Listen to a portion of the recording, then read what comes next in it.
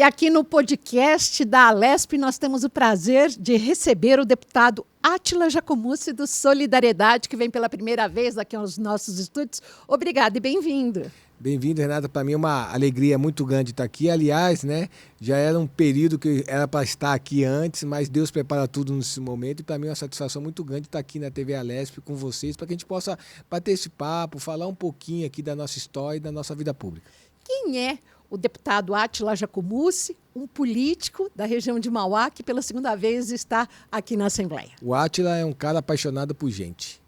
Eu falo que para ser político tem que gostar de gente, de pessoas e procurar fazer o bem a essas pessoas, acolher essas pessoas. Esse é o Átila Jacomuzzi, filho de Mauá, com muito orgulho, filho de uma avó ex-merendeira e faxineira, filho do engraxate, hoje vereador há 44 anos na cidade de Mauá, e também filho de uma professora. Sou pai, sou casado com a Andréia, minha esposa, uma pessoa que eu amo muito, uma grande batalhadora. Política. Ah, é? Até porque para aguentar o Átila tem que ser política. A vida pública nos contamina muito, suga muito o nosso dia a dia. Então quem está no nosso lado tem que viver isso. E a Andréia vive isso com muita naturalidade e com prazer. E ela é política de mandato, não? Não. Ela nos acompanha, ela é ativista social, principalmente da área de proteção a animais, ela é protetora animal e também é ativista social das causas sociais. O senhor já foi prefeito de Mauá por 2 vezes? Uma vez, e deputado 2 vezes e vereador 2 vezes. Sou, até hoje, o vereador mais votado da história de Mauá, tive quase 8.500 votos em 2008, um recorde até agora nunca batido, e também sou o deputado mais votado da história da cidade agora. Acabei batendo o meu próprio recorde de 2014, acabei superando agora, onde eu tive quase 21% dos votos válidos na cidade. Acho que acabei me antecipando aí pela segunda vez, porque o senhor será candidato o ano que vem, Então aí pleiteia a prefeitura pela segunda vez. É um bom presságio já, É um bom presságio, Se Deus quiser, a gente tem essa pretensão, lógico, a gente não gosta muito de falar das próximas eleições, mas lógico que isso é tema. Eu falo que eleição é ano par, não é ano ímpar, mas o sentimento da cidade é muito grande, a forma da disputa eleitoral de 2020, uma disputa muito apertada, acabei saindo derrotado por menos de 1%, foram 0,8%, acabamos nos superando agora em 2022, vencendo o atual deputado, que foi eleito pela atual gestão do prefeito Marcelo Oliveira, o deputado Rômulo também da cidade de Mauá, acabamos superando ele de uma forma até ampla, Foram 42 mil votos que nós tivemos contra 28 dele, e isso, na verdade, acaba acirrando, acirrando, e a gente sabe lá que Mauá vai viver novamente aí um Palmeiras e Corinthians, um Flamengo, Fluminense nas próximas eleições. Que recordação o senhor tem do seu pai à frente da Câmara Municipal, já que ele está lá há mais de 40 anos na vida pública? Eu só tenho recordação. Qual a sua idade? Eu tenho 50 anos, meu pai 76 anos, e todo o tempo eu só lembro do meu pai na Câmara Municipal, na vida pública. Meu pai é uma enciclopédia. Pra você ter uma ideia, quem escreveu a lei orgânica do município foi meu pai, 4 vezes presidente da Câmara, 10 mandatos, fez um gesto que só um pai faz para um filho, porque quando eu entrei em 2004 para vereador, ele deu uma paradinha. Em 2008 eu fui reeleito, ele também continuou fora. Em 2012 ele retornou. Então, meu pai é um cara que eu admiro muito, um homem de palavra, um homem que a cidade de Mauá e a política no ABC realmente reconhece. O que é um município de Mauá dentro do Grande ABC? Em primeiro lugar, Mauá é uma das cidades mais importantes no Grande ABC. E uma cidade que ainda pode crescer. Diferente de Diadema, onde você olha, não tem mais para onde crescer. Você olha São Caetano, territorialmente também não tem onde crescer. Mauá é diferente. Mauá é a única cidade, eu falo que é a melhor esquina do país. Porque nós temos as 2 alças do Rodoanel viradas para dentro da cidade, a parte sul e a parte leste. Você está próximo do Porto de Santos, através do sistema Anchieta Imigrantes, e estamos próximo também do aeroporto de Guarulhos, pelo trecho leste, e perto da Fernão Dias e a Dutra. Então, Mauá tem a única região que ainda tem terras ainda a ser exploradas na questão industrial. Nós temos 3 polos, a EPS, o polo industrial da Acibam, o polo industrial do Sertãozinho e o polo petroquímico de Capuava. São 3 polos que ainda podem crescer muito. É uma cidade de trabalhadores, de pessoas que vieram do norte, do nordeste, muitas regiões do país. né, que ainda, infelizmente, é uma cidade dormitório, né? As pessoas ainda saem de Mauá, 100 mil pessoas saem de Mauá para trabalhar fora de Mauá. Né? Isso a cidade perde muito economicamente. Porque quando você trabalha fora, 30% do seu salário em média fica onde você trabalha. Se você trabalhasse e morasse em Mauá, você ia ter uma qualidade de vida melhor, mais tempo com a sua família e você ia investir o seu próprio recurso dentro da cidade. Né? A nossa grande luta é gerar emprego e renda para a cidade de Mauá. Eu quero que os trabalhadores de Mauá tenham qualidade de vida e começando a trabalhar e morar em Mauá. Para isso tem que atrair indústrias, tem que ter principalmente aqui uma lei de incentivos fiscais. Eu deixei uma lei, né, de incentivo garantindo 70-30, que cada empresa que se instalasse em Mauá e garantisse 7 empregos em Mauá de cada 10 ia ter um desconto, né, na questão tributária municipal. Mas infelizmente a atual gestão não fez nada disso, as indústrias estão, por outro lado, estão indo embora de Mauá por falta de incentivos, impostos caros. Temos que também acabar com essa exploração imobiliária que tem nos polos industriais. Né? Isso tem que ser rediscutido com a realização de um novo plano diretor, de uma nova lei de zoneamento, para atrair indústria e criar a lei de incentivo fiscal para o povo de Mauá morar e trabalhar em Mauá. Como é que é a gestão de crise em função dos polos petroquímicos? O que a Defesa Civil tem? O que vocês têm de especial lá? É muito importante. O polo de Mauá é um dos polos mais antigos, né, do país. Né? Hoje nós temos a Braskem, muitas indústrias, a Cabot, a Sheraton, indústrias importantes ali no polo. Multinacionais, né? Multinacionais, né? Tem a própria Petrobras, são empresas ali que compõem esse polo, né? Que fazem o melhor na área de segurança. A gente sabe ali, a segurança é muito rígida, até com quem visita, então você imagina com quem trabalha. Né? Mas a grande questão agora é, eles estão debatendo muito ali, né? Eles têm ali um consórcio entre as empresas, o aumento, ainda há capacidade de aumento na questão do polo petroquímico. Agora, para isso tem que ser com segurança. E, principalmente, respeitar a questão urbana. Porque ele está dentro de uma área urbana. Ele não é um polo igual de Camaçari, que é afastado da cidade de Camaçari. Externo. Não, ele está muito próximo. Nós temos 2 grandes bairros. Primeiro, ele faz uma divisa com apenas um muro com o bairro do Jardim Sônia Silva Maria, de um lado de Mauá, e com o Parque São Rafael em Santo André. Parque São Rafael em São Paulo, e com a cidade de Santo André com o Parque Capuava.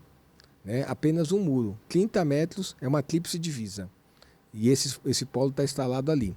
O outro ponto é o Jardim Oratório, com um dos bairros mais antigos da cidade, né? Um bairro realmente de imigrantes, né? Pessoas que vieram do norte e do nordeste para construir os seus sonhos na cidade de Mauá. Agora, o que acho que ainda falta, primeiro, a questão de investimento, segurança, mas a contrapartida social que o polo está devendo. Eles não realizam uma contrapartida social para a sua vizinhança. Cabe a quem cobrar? Tem que ter um prefeito de pulso. Né? Tem que ter um prefeito que saiba como dialogar, conversar e realmente abrir esse diálogo entre as sociedades, as entidades sociais do terceiro setor, que ali se instalaram ali, ter uma porta aberta com o consórcio do polo petroquímico. E hoje não tem. Na sua época, na sua gestão, teve isso? Teve isso. Inclusive, a gente fez muitas obras que foram em parceria, né, com o consórcio.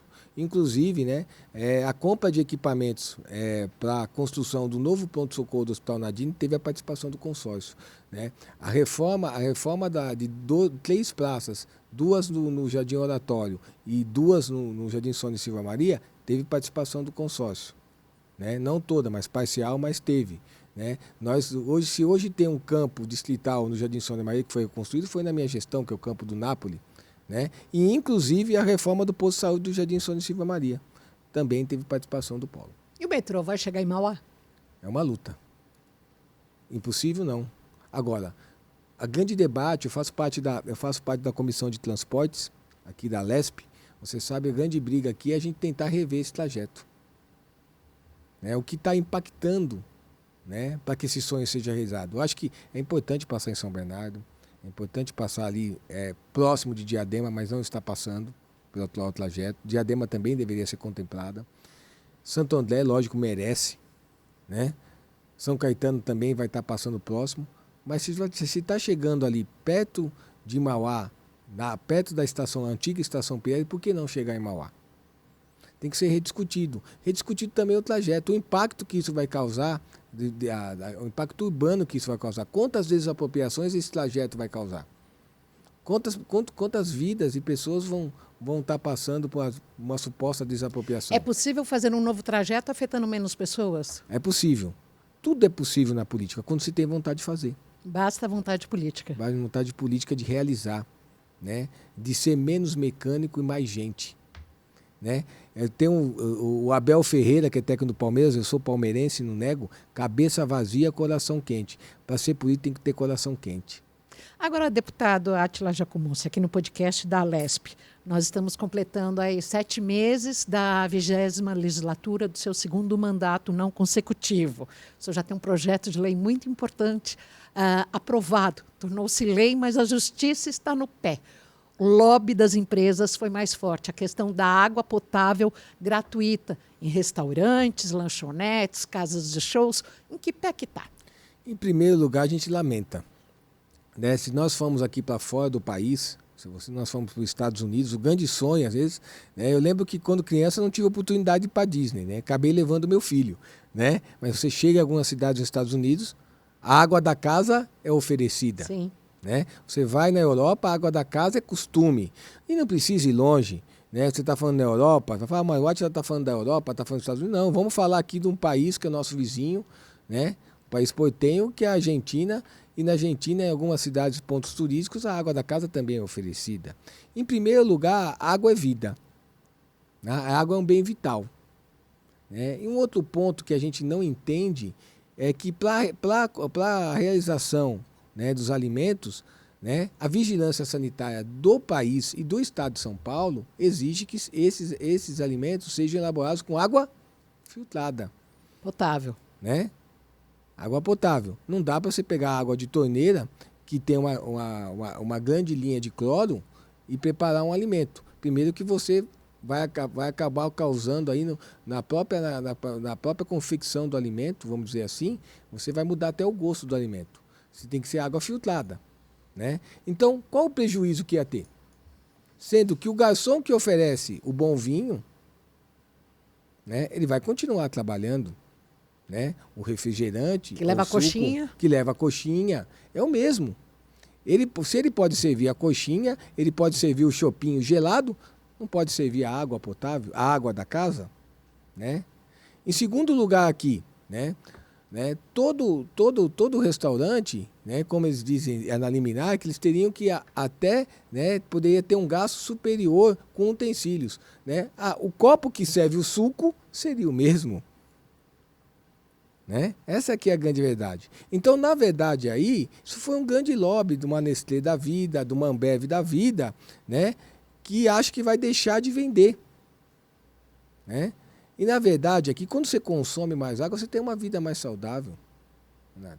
Hoje, quando você começa a ter o costume de beber água, você diminui, lógico, né? o consumo de refrigerantes, açucarados. Né?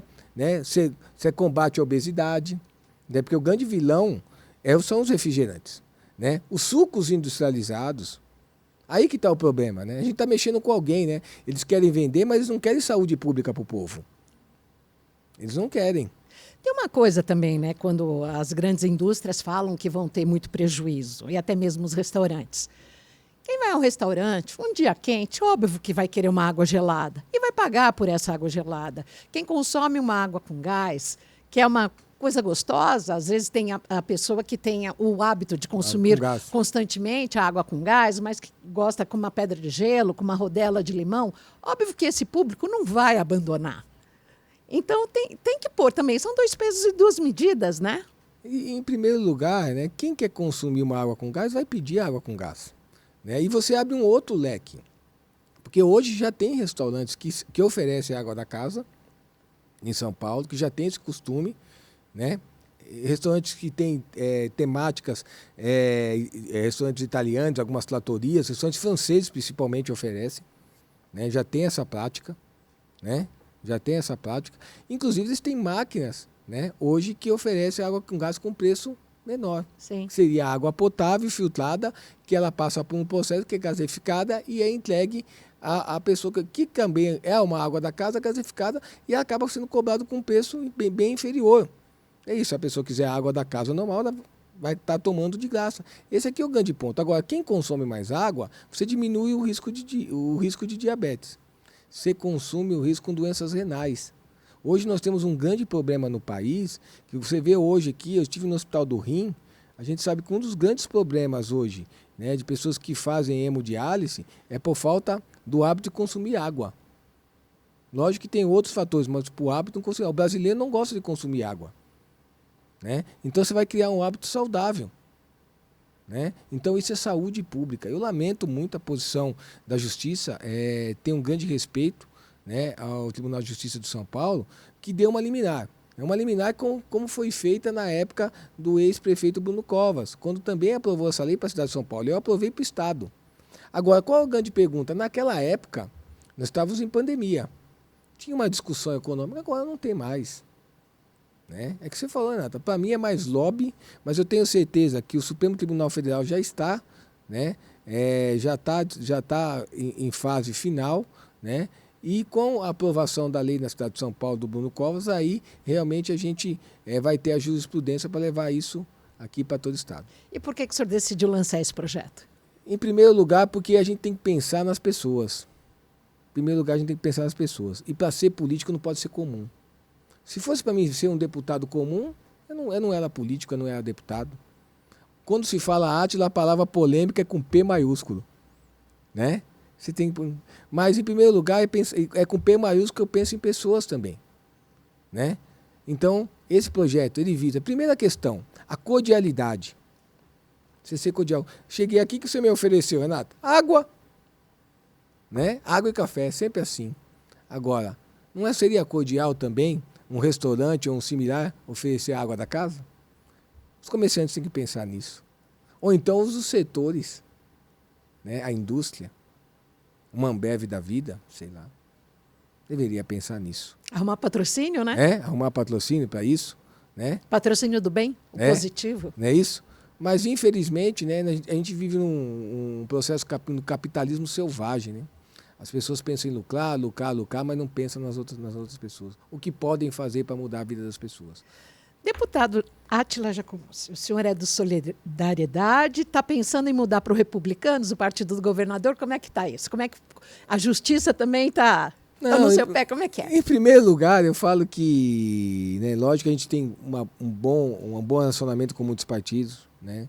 Tenho muita amizade com o presidente Marcos Pereira, uma pessoa sensacional, um grande político, né? O presidente Roberto também, né? Uma pessoa que eu gosto muito, até gosto pessoalmente, porque é uma pessoa muito querida, né? Um político que ele trabalha nas duas vertentes. Lógico, ele tem que trabalhar com a cabeça fria, mas ele também tem que pensar do outro lado, é uma pessoa muito sensata, né? Tenho grandes amigos também no União Brasil, né? O Milton Leite, para mim é um grande exemplo, né? É um vitorioso das urnas, né?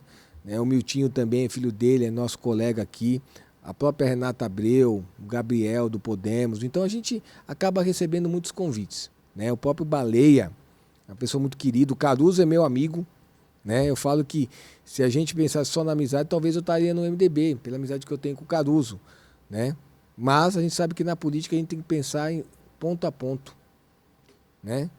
Mas o que eu posso dizer aqui é que a gente agora, né? Isso aí não tem que ser escondido, existe um processo no Tribunal Regional Eleitoral, né? Eu estou pedindo a minha saída do Solidariedade. Em primeiro lugar, respeito muito Solidariedade e o presidente Paulinho da Força. Respeito muito, né? Um grande político, um grande presidente, né? Mas chega um momento, né, que a gente tem que encerrar um ciclo. E para mim encerrar um ciclo, eu quero sair com a porta aberta, né? E às vezes para mim começar um outro ciclo, eu tenho que estar em um outro local, né? E eu acho que o carro que eu tenho que estar dirigindo para a gente alcançar o sonho do povo de Mauá não é mais meu. Eu já fui prefeito. Se eu tiver que voltar a ser prefeito, é pelo povo de Mauá. Pela dívida que eu tenho com essa cidade, que em nenhum momento desistiu do Átila, eu não vou desistir de Mauá. Então, às vezes, eu tenho que mudar a trajetória, mudar a rota. Então, a gente tem que fazer com isso, principalmente, com muita racionalidade. Por isso que eu já entrei no Tribunal Regional Eleitoral, estou pedindo a minha saída, espero que a Justiça conceda, porque os pontos são favoráveis. A própria lei eleitoral me dá isso. Infelizmente, o Solidariedade não passou a cláusula de barreira. Tem prazo para isso? Né? O prazo, eu entrei no prazo limite, dentro do prazo estabelecido por lei. Né? Eu não sei o que o Paulinho pensa na questão da cidade de Mauá. Hoje o Solidariedade faz parte da base do governo do PT, né? com quem o PT, eu sou oposição a esse governo que está aí hoje na cidade de Mauá. Talvez, posso dizer que a única oposição de verdade ao governo, do atual governo do Marcelo. Eu falo que eu não faço oposição a partido político. Se eu me tornar prefeito novamente, se tiver que ir lá no Lula para trazer recursos para a cidade de Mauá, eu vou lá. Vou levar a canequinha lá e vou pedir recurso para o Lula. Não tem problema. Como eu vou no Tarcísio, né? A minha oposição é o governo do Marcelo Oliveira, que eu não vejo o prefeito Marcelo Oliveira um cara que governa para as pessoas. Ele governa para um grupo empresarial. Deputado, nós temos 2 assuntos ainda antes de encerrarmos o podcast. A questão do almoço, que o senhor fez parte recentemente, do almoço com o governador para a apresentação do projeto de lei da Sabesp, correto? Para a privatização da Sabesp. Como é que estava o clima lá no Palácio dos Bandeirantes, dias atrás? O que o senhor pode trazer para nós? Em primeiro lugar, hoje, né, participando do almoço, o governador fez a primeira explanação oficial sobre a questão da privatização da Sabesp. Eu fui presidente da SAMA, de uma autarquia de saneamento. Detalhe, o senhor, então, foi presidente de uma autarquia de saneamento, o senhor entende bem do assunto. O que ele apresentou, o que o senhor achou? Em primeiro lugar, a Sabesp ela tem algumas deficiências. Em primeiro lugar, eu digo o seguinte: hoje, quem mora numa área consolidada ou numa área de ocupação irregular, hoje a Sabesp ela não tem a obrigatoriedade de fazer o serviço. Aí a pessoa acaba, né, tendo que se utilizar de meios não lícitos, de fazer uma ligação clandestina. Com isso, quem perde é a saúde pública da própria pessoa, porque quando você investe $1 em saneamento, você economiza 4 em saúde pública. E a Sabesp não enxerga isso. Ela tem um problema, uma perda econômica e não enxerga o outro lado. E tem a questão dos vazamentos também, né? O aumento dos vazamentos, quanto se perde em vazamentos, até porque a Sabesp tem uma rede antiga, muito antiga. A rede de Mauá ainda é uma de ferro fundido, grande parte dela. Quando nós transformamos a autarquia em Sabesp, foi por primeiro motivo. Eu vou dizer por quê. Se a SAMA tivesse o direito de água e esgoto, talvez eu ia pensar 2 vezes em passar para a Sabesp. Mas quando você só vende água, a empresa começa a ter prejuízo. Porque o que traz o lucro na empresa de saneamento? É o esgoto. E hoje está lá com a BRK, que é o do grupo Brookfield. Né? E para você ter uma ideia, lá em Mauá é pior, a parte comercial também está com ela. Eu vou até brincar aqui, eu vou fazer uma fala aqui meia chula, mas é o rabo banando o cachorro. Como é que pode a empresa parceira ter direito da parte comercial? E isso acontece em vários setores da Sabesp, inclusive em Limeira, onde a Sabesp é parceira em Limeira. Hoje a Sabesp é parceira em Mauá. Para o nosso ouvinte, para o nosso telespectador, para ficar claro, pelo que o governador apresentou, o que a gente já tem para apresentar para a população? O que é positivo, o que é discutível? Em primeiro lugar, eu acho que o governador falou uma coisa importante.